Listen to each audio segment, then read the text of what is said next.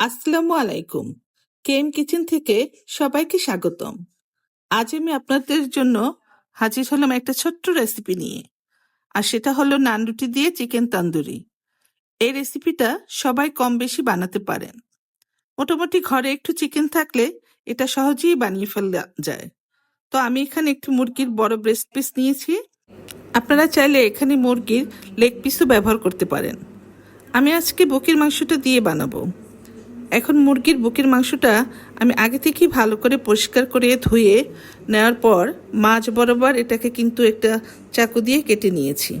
তাহলে সহজেই এটার মধ্যে মশলা ভালো করে ঢুকে যাবে এবং তাড়াতাড়ি সিদ্ধও হবে।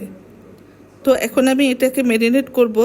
ম্যারিনেট করার জন্য আমি এখানে কিছুটা লবণ, হাফ চামচের মতো রসুন বাটা, আদা বাটা আর কিছুটা গোলমরিচ হাফ চামচের মতো এটা দিতে হবে অবশ্যই, চেষ্টা করবেন দেওয়ার জন্য। আর হাফ চামচ মরিচের গুঁড়া, সামান্য একটু হলুদের গুঁড়া, 1 চামচ oyster sauce, chilli sauce, soya sauce, tomato sauce এবং বারবিকিউ সস, হাফ চামচ কর্নফ্লাওয়ার আর একটু মিক্স হার্বস। এটা যদি হাতের কাছে না থাকে না দিলেও চলবে।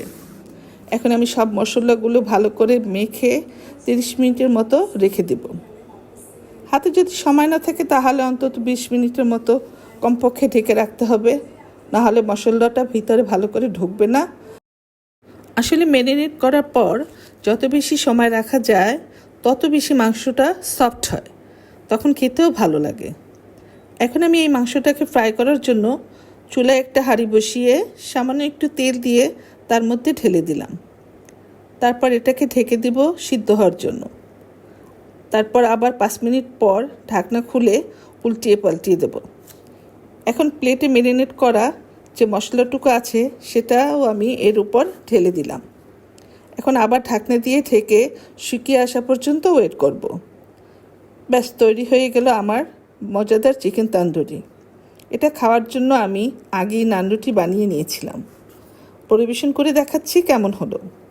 যদি বাড়িতে এত সহজে বানানো যায় তাহলে আর হোটেল থেকে কেন কিনে খাবো। এটার টেস্ট হোটেলের চেয়ে কোনো অংশেই কম হয়নি। সবাই ট্রাই করবেন। ভালো থাকবেন। আল্লাহ হাফেজ।